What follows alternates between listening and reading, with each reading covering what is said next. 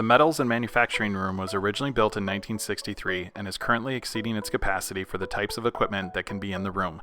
This also presents safety concerns as things get more tight in this space. Currently, this space holds 6 welding booths and 4 MIG welders. The course has a maximum safety capacity of 25 students. The ratio of students to equipment should be better to provide more hands-on learning opportunities for our students. While the room itself has lots of equipment that has been donated by various organizations, bottlenecks occur for students often waiting to use the equipment. The lighting in the room is a challenge as the needed ventilation systems block the antiquated ceiling lighting. Students and staff have problem-solved this to the best of their ability, often rigging up a lighting system just to get by. Student storage for projects is a challenge as currently 5 students have to share a storage locker. Classroom storage is also an issue as there is only so much space to store parts and materials for projects, so often materials have to be purchased in lower quantities due to lack of storage.